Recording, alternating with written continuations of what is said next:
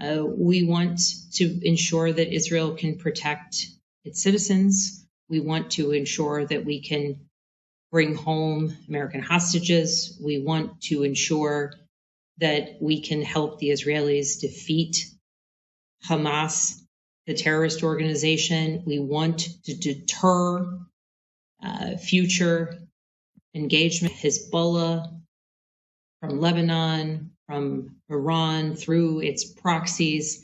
And this deterrence comes when the United States stands strongly in the name of democracy and in a country's ability to live free of fear from horrific terrorist attack. And you asked about Ukraine and the investments that the United States has made and will continue to make it in Ukraine. And the reality is that Vladimir Putin and his authoritarian regime are adversaries to the United States, to the very values of our country, to democracy overall. And indeed, their invasion, brutal invasion into Ukraine, is a first step in a Putin plan to disrupt the very stability within Europe.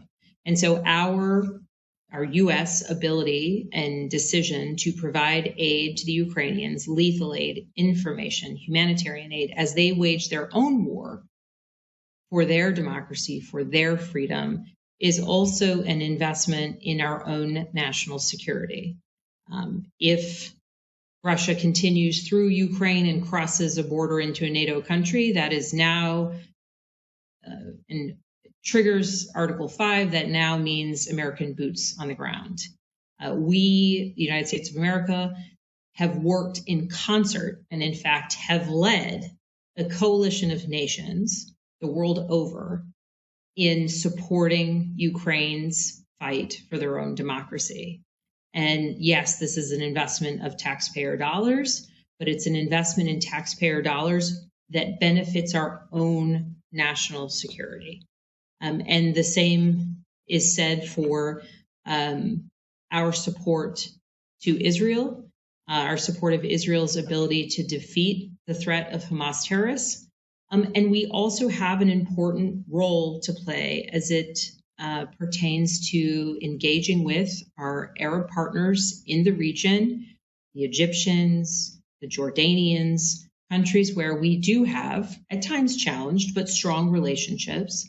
And we need, which is why we saw Secretary of State Antony Blinken visiting many countries in the region, we need to ensure that those partner countries are also part of